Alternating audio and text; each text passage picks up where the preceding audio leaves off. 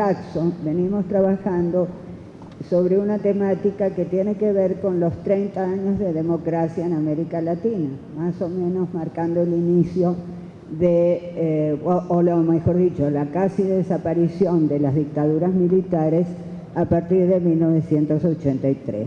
Entonces, bueno, voy a hacer en estas ideas que voy a compartir con ustedes, voy a hacer como una especie de recorrido histórico hasta llegar a cuáles serían las amenazas actuales de los procesos de democratización.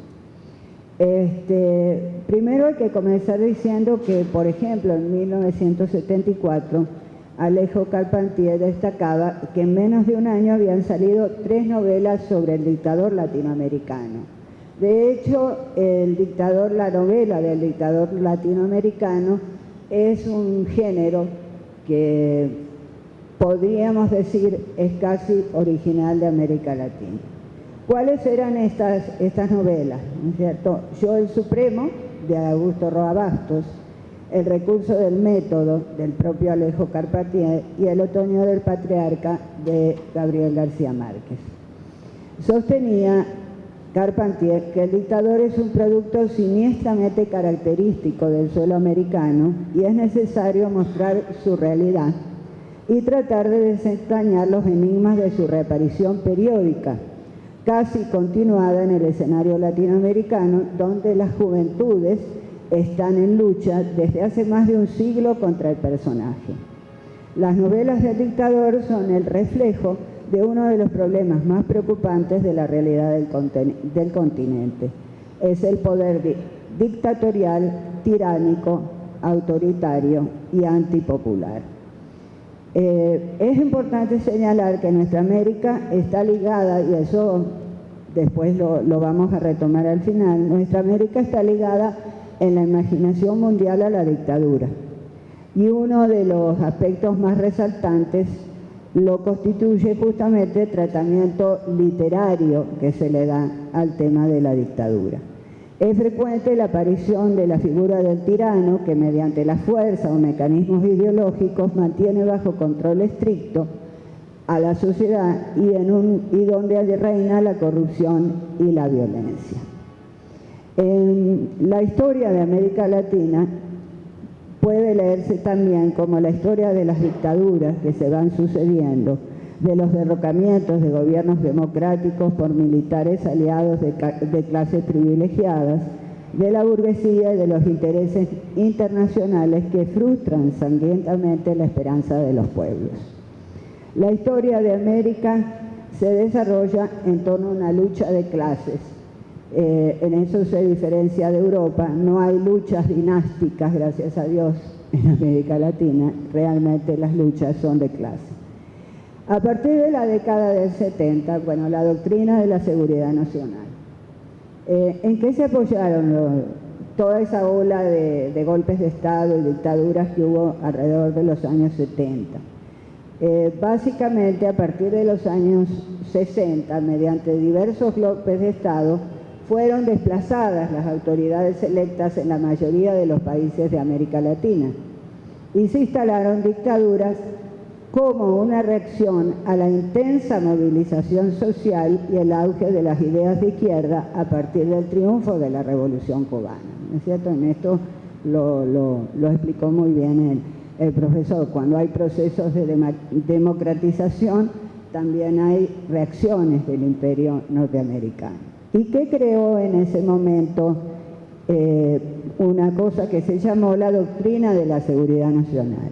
Que es un concepto utilizado para definir ciertas acciones de la política exterior de Estados Unidos tendientes a que las Fuerzas Armadas de los países latinoamericanos modificaran su misión para dedicarse con exclusividad a garantizar el orden interno, con el fin de combatir ideologías, organizaciones o movimientos que dentro de cada país pudieran favorecer o apoyar al comunismo, en el contexto de la Guerra Fría, legitimando la toma del poder por parte de Fuerzas Armadas y la violación sistemática de derechos humanos, ¿no? Incluso conocemos los manuales de tortura de la CIA, la Escuela de las Américas y todas esas cosas, ¿no? A esta legión de militares antipatriotas pertenecen Augusto Pinochet, Alfredo Stroessner, Videla, Viola y Galtieri, por supuesto, Juan María Bordaberry, que no era militar, pero el general Hugo Banzer también en Bolivia. Ahí hay algunas características comunes en este tipo de régimen que se instaura, por ejemplo, que son, se instauraron básicamente en países que tenían un cierto nivel de industrialización, son una reacción a una amplia e intensa movilización de los trabajadores y de los sectores subalternos. Hay un rol central de las Fuerzas Armadas como institución, tanto en los golpes de Estado que instalaron las dictaduras como en el ejercicio de gobierno. Hay una articulación en torno a los gobiernos de las clases económicamente dominantes. El ejercicio del gobierno se hace mediante equipos técnicos especializados, generalmente sin ninguna participación. Hay un concepto que es el concepto que ellos promovían, que era el proyecto de reestructuración de la sociedad sobre nuevas bases económicas y políticas. Hay una imposición del reordenamiento de la sociedad en forma completamente autoritaria. El Plan Cóndor, que es la expresión concreta de la doctrina de la seguridad nacional, es un plan que abarcó Sudamérica y que conecta todas las dictaduras, como todos saben, de Pinochet, de Viola, de Galtieri. Justamente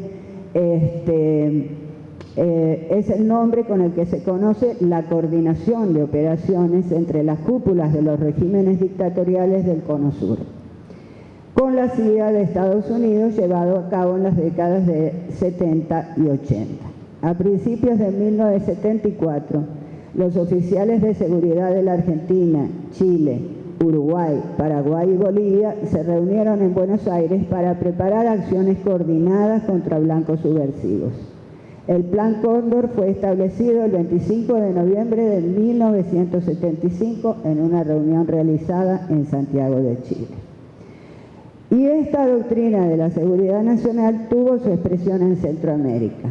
Es menos conocida una operación que se llamó Operación Charlie, es el nombre clave con el que fue conocida la operación militar clandestina del ejército argentino, vergonzosamente, ¿no?, en acuerdo con las Fuerzas Armadas de los Estados Unidos para implementar en América Central métodos represivos ilegales. A partir de 1979, el régimen militar argentino se comprometió activamente en desarrollar la guerra en Centroamérica, capacitando a fuerzas militares y paramilitares de la contrainsurgencia en Nicaragua, Honduras, El Salvador y Guatemala, exportando la experiencia argentina. Viola impuso una fuerza paramilitar y clandestina. En noviembre de 1979, Viola desarrolló en la 13 Conferencia de Ejércitos Americanos en Bogotá su plan de latinoamericanización del modelo terrorista estatal.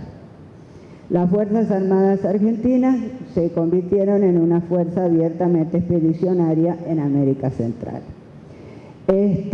Toda esa violencia explícita y visible resultó organizadora de una modificación civilizatoria que destruyó a los sujetos del cambio social y político y la afirmación de un orden económico, social, político y cultural que estaba entrando en experimentación.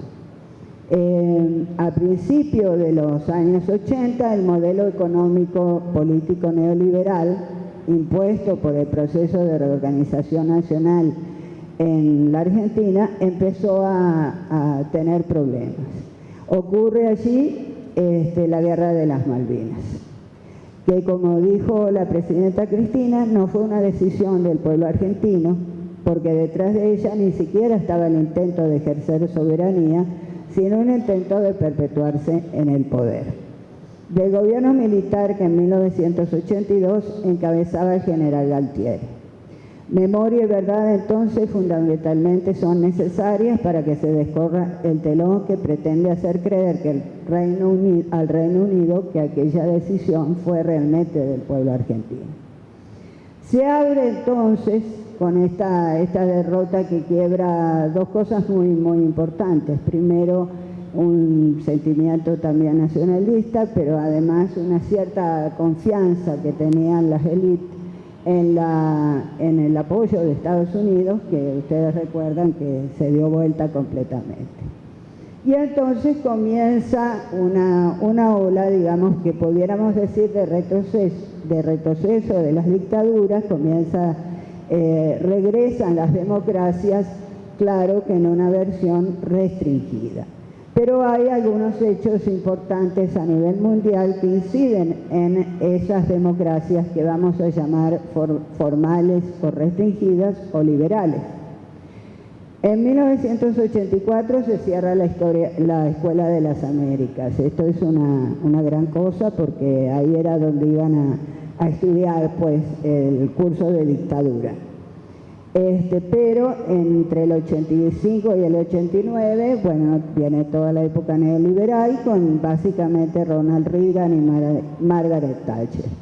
Al mismo tiempo que se va produciendo en la Unión Soviética el glasnost y la perestroika. En 1989, clave el muro de Berlín. Ahí hay una cosa que Ramonet llama el efecto 1989, que son tres cosas juntas, ¿no? La caída del muro de Berlín, la plaza Tiananmen y el alzamiento en Rumania con la ejecución de Ceausescu y su esposa. Y estos tres efectos, bueno, tienen también una expresión mediática, donde los medios de comunicación lo que hacen es ponernos en el corazón de los hechos, no analizar nada, sino mostrarnos. Y además hay una sensación, bueno, indudablemente, de que se derriba la ilusión de justicia social del comunismo, se derriba. En 1989 se produce la invasión a Panamá y en el 91 se concreta la disolución de la URSS. Pasando porque en 1990 es el año del consenso de Washington. Entonces, estas democracias que aparecen en la década de los 80 hay que también ponerlas en relación con lo que estaba ocurriendo a nivel mundial, ¿no es cierto?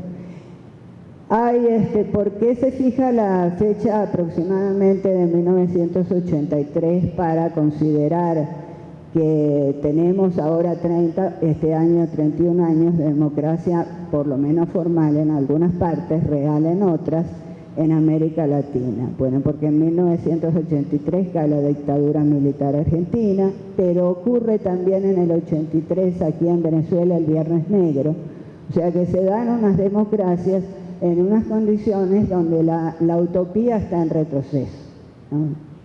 Si me estoy explicando. En el 83, por ejemplo, en Chile inicia sus actividades el Frente Patriótico Manuel Rodríguez, que es el brazo armado del Partido Comunista Chileno, con un apagón eléctrico a nivel nacional, y se producen rebeliones, ¿no? a lo largo y ancho del país. En 1983 aparece también el Ejército Zapatista de Liberación Nacional, y en 1983 los gobiernos de Colombia, México, Panamá y Venezuela establecen un sistema de acción conjunta para promover la paz en Centroamérica. Es decir, hay como un movimiento, ¿no es cierto?, de que una vez instalado en el orden mundial el neoliberalismo y, bueno, comprobado aparentemente que el capitalismo es el fin de la historia y que todos estamos bien, bueno, entonces se pueden imponer las dictaduras, las democracias formales. Como ya lo han dicho varios de mis compañeros y compañeras, este sistema político formal de partidos hace que en realidad el poder no está en ellos mismos, sino está en lo que se conocen como los poderes fácticos, es decir, grupos empresariales, Iglesia, el Fondo Monetario Internacional, el Banco Mundial, etcétera, etcétera. Algunas de las ideas del sentido común de esa época son que además se imponen y que todavía persisten o continúan entre nosotros. Primero, que el conflicto se desata por cuestiones de idea y que tiene puramente un origen subjetivo y voluntarista. Es decir, que no hay un conflicto social entre ricos y pobres, sino que hay que, digamos, seamos todos amigos y todos llevémonos bien. La democracia también es otra idea muy importante que ustedes la pueden reconocer en los discursos actuales. La democracia tiene como sentido principal la tolerancia, reduciendo el concepto de democracia a mínimos y convirtiendo en fines los instrumentos. Es decir, por ejemplo, las elecciones son un instrumento para la participación, para el gobierno del pueblo, etcétera, etcétera, pero se transforma en un fin en sí mismo. La pugna se reducía a un gobierno militar y a las ganas de ser libre. O sea, la lucha contra las dictaduras hace que se olvide completamente la lucha de clases. Y lo político comienza a ser sustituido por lo administrativo. Entonces se habla de diversas políticas públicas, de sentencias, de programas, de proyectos. O sea, este es el sentido común que se va desarrollando en la época. Sin embargo, en las masas populares sigue habiendo la idea mucho más radical, que va mucho más allá de lo electoral, que la democracia tiene que comprender la supresión de explotación y privilegios y que el voto tiene sentido si nos lleva a una sociedad más justa. Por eso es que estas democracias que fueron instaladas después de la dictadura militar podrían calificarse como restrictivas, es decir, el Estado queda supeditado a decisiones económicas y de corporaciones. Son democracias que no tienen proyectos alternativos. Entonces se establece el bipartidismo, como ya lo había aquí en Venezuela, el pragmatismo, la desideologización, el dominio de las minorías. El ciudadano vota pero no decide, se desmoviliza la sociedad civil o los movimientos sociales y los torneos electorales se convierten en operaciones de mercadeo. Es decir, los candidatos y los partidos se trabajan de la misma manera que se trabaja un producto. Entonces, en realidad es una democracia que se asimila a lo que podríamos llamar una ilusión democrática, al mismo tiempo que se profundiza un discurso sobre el valor democracia, porque aunque la práctica no se da, es decir, el recuerdo de las dictaduras y a su vez el discurso que se establece durante los años 80 y 90 está muy centrado en la democracia. Ahora bien, los pueblos no dejaron de tener sus reacciones contra el neoliberalismo. Y esto también es importante decirlo, ¿no es cierto? Los movimientos sociales son los que fueron trabajando y trabajando como para ahora llegar a lo que llamamos las democracias en revolución. Por ejemplo, partimos de 1989 con el Caracazo. El 90 en Ecuador es la toma de la iglesia de Santo Domingo en un frente patriótico dirigido por la CONAIE, ¿no? Ahí irrumpe el movimiento indígena. En 1990 es de las luchas mapuches en Chile.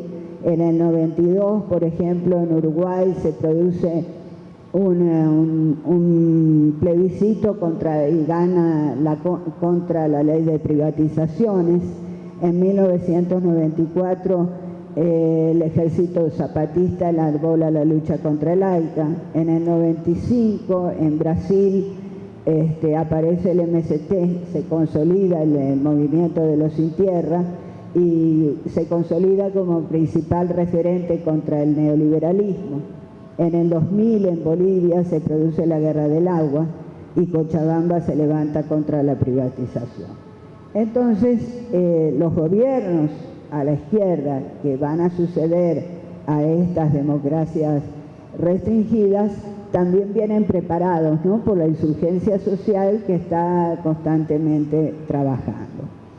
Algunos de estos gobiernos de la izquierda vienen de rupturas, como en Argentina y en Venezuela, y otros aparecen más bien como transiciones. Emergen unas nuevas formas de democracia en la región y se crea lo que algunos autores llaman una fiesta democrática con gran liderazgo popular, con movilización, con participación popular. ¿Por qué? Porque la democracia viene acompañada por lo que los pueblos venían ya demandando durante todas esas luchas que se habían hecho, que es que la democracia debe implicar justicia e igualdad social y económica. Entonces se producen las primeras derrotas de los Estados Unidos, por ejemplo la de 2004, que lo mencionó muchísimo Chávez, la primera derrota del ALCA en Mar del Plata. En el 2008 el fin de la base de Manta, en el 2008 también Cuba ingresa al Grupo de Río, en el 2008 nace UNASUR, 2009 el consenso de la OEA para levantar las sanciones contra Cuba, en el 2009 Brasil compra por primera vez armamento francés, en el 2009 Banco del Sur y en el 2011 nace la CELAC. O sea que se van produciendo dos movimientos a la vez y por eso hablamos de procesos de democratización, ¿no es cierto?, desde lo que eran las dictaduras, el dictador latinoamericano, hasta este proceso de ampliación de la democracia. Ahora bien, este proceso que se va dando de democratización y profundización y también organización de mecanismos de la patria grande y de la integración latinoamericana no deja de tener reacciones, ¿no es cierto?, porque los golpes de Estado siempre son como el instrumento último del imperialismo para hacer retroceder lo que consideran su peligro para su seguridad. Por ejemplo, bueno, Uribe, la política de seguridad democrática, que tiene muchísima resonancia y muchísimo parecido, aunque en el documento inicial se niega a lo que fue la política de seguridad nacional, ¿no es cierto? Y eso está muy, por supuesto, los golpes de Estado, algunas nuevas bases militares que se ubican en Colombia, la represión feroz que hubo en el 2006, por ejemplo, en Atenco, México, el fraude contra López Obrador en el que gana Felipe Calderón, el golpe contra Zelaya en Honduras, el golpe contra Lugo en Paraguay y en el 2012 la elección de Peña Nieto en México. Claro, ¿qué ocurre con estos golpes? Que se diferencian de los golpes de la década de los 80 y que se trata de mantener la legitimidad, ¿no? Es decir, que después que se da el golpe se recurre a elecciones, etcétera, etcétera, porque, claro, el sentido común que se instala de valor de la democracia en todos nuestros pueblos sigue siendo importante, ¿no es cierto? Entonces, no se puede, no pueden hacerlo como se hacía en la década de los 70, que simplemente se monta un dictador y ya está.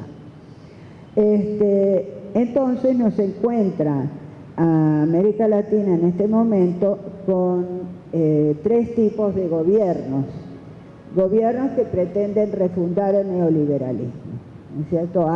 Y eso hay que tenerlo claro, que en América Latina hay gobiernos que están con esa línea.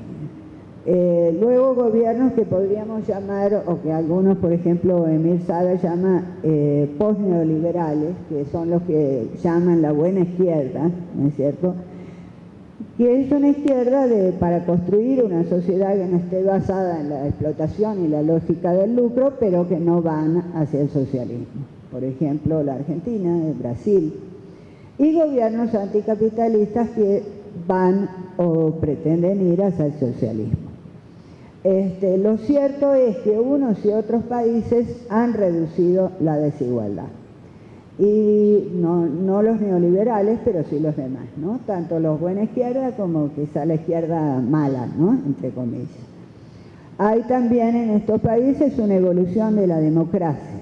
No solamente hay mejoras en ingresos, educación y expectativas de vida, acceso a los servicios, progreso indudable en los derechos humanos, como decía el compañero, de acuerdo, si no hay opresión del Estado, no hay violencia estatal.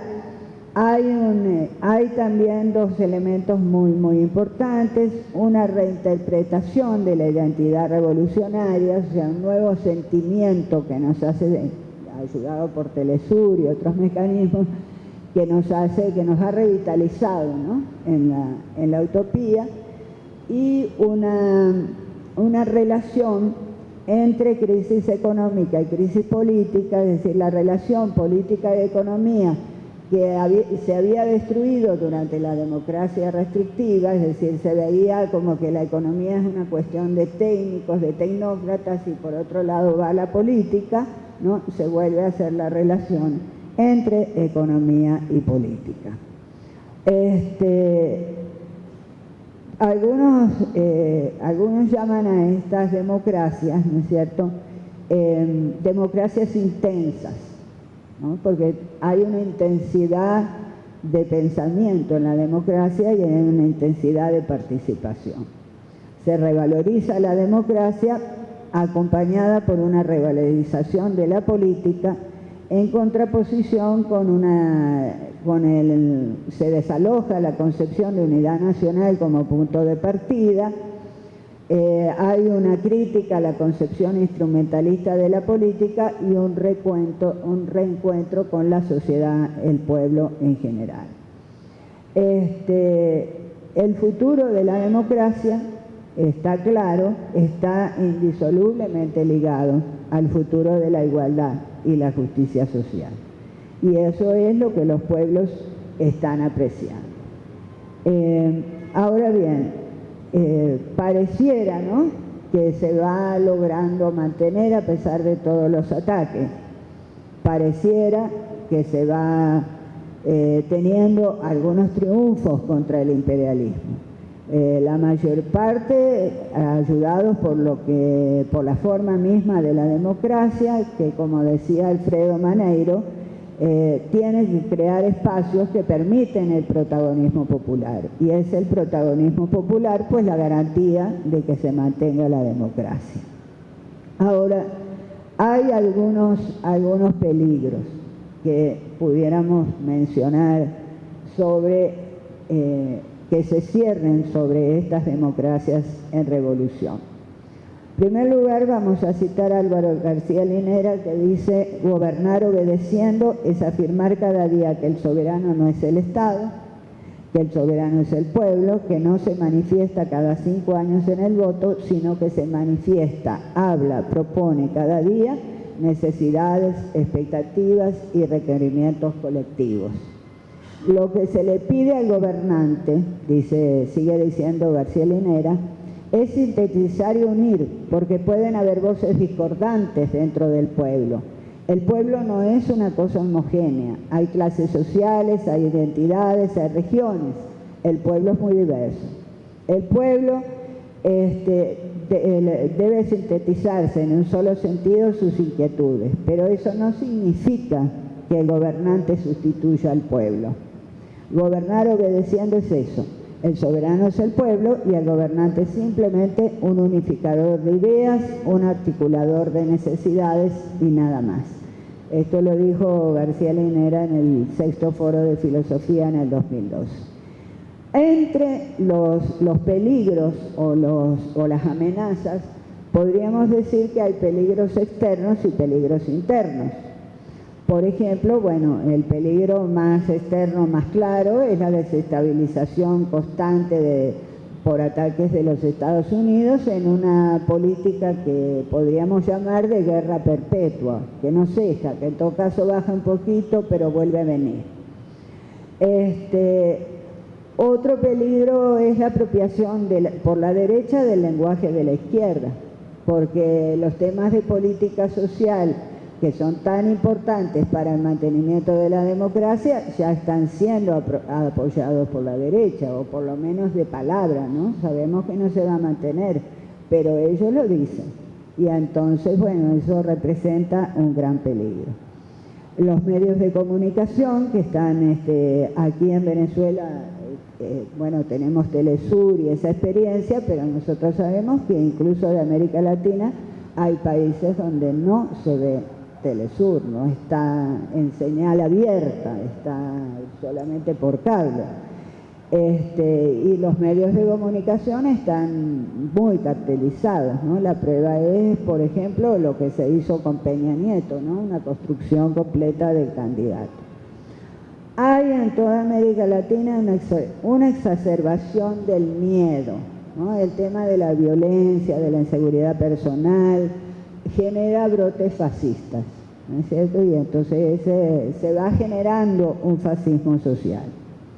Otra amenaza externa son las acusaciones de ser gobiernos antidemocráticos. O sea, nosotros estamos diciendo que estos procesos de democracia en revolución profundizan la democracia. Sin embargo, ese no es el sentido común que se maneja en otras partes del mundo. Justamente quizá por la resonancia de lo que hablábamos al principio, ¿no? La identificación de América Latina con la dictadura.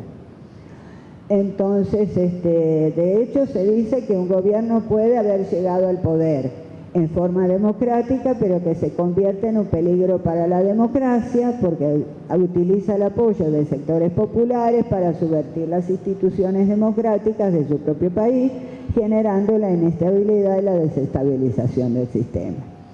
Hay en este momento, en plena marcha, una operación muy fuerte a través de diversos mecanismos de divulgación de agresión a los derechos humanos en Venezuela, a través de algunas ONGs que sacan informes, etcétera, etcétera, pero es algo muy fuerte y que convence incluso, bueno, yo personalmente lo he podido comprobar, a personas que son de izquierda, ¿no? Y pueden llegar a estar convencidos. De los peligros internos, cuáles que también los hay, porque los peligros no son solamente externos, ¿no es cierto? También son internos. Bueno, un peligro es la carga de la cultura heredada, es decir, la cultura, por ejemplo, de no participación o de no me importa, ¿no? Y el consumismo, que ya se mencionó, etcétera. El burocratismo que impide la relación honesta, transparente con los movimientos sociales y que va creando élites, ¿no? Que cada vez se alejan más. Y si, como decía el maestro Brito, realmente la garantía del mantenimiento de estos procesos es la participación popular, eso resulta bastante grave que se alejen a los movimientos sociales o que se vayan creando élites.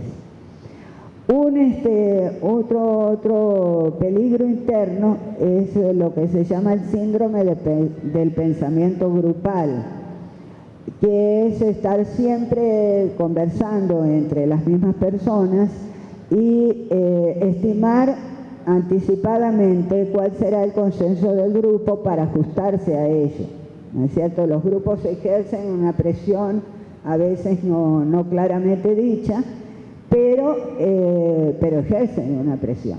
Y entonces el disenso o el pensar diferente, se combate.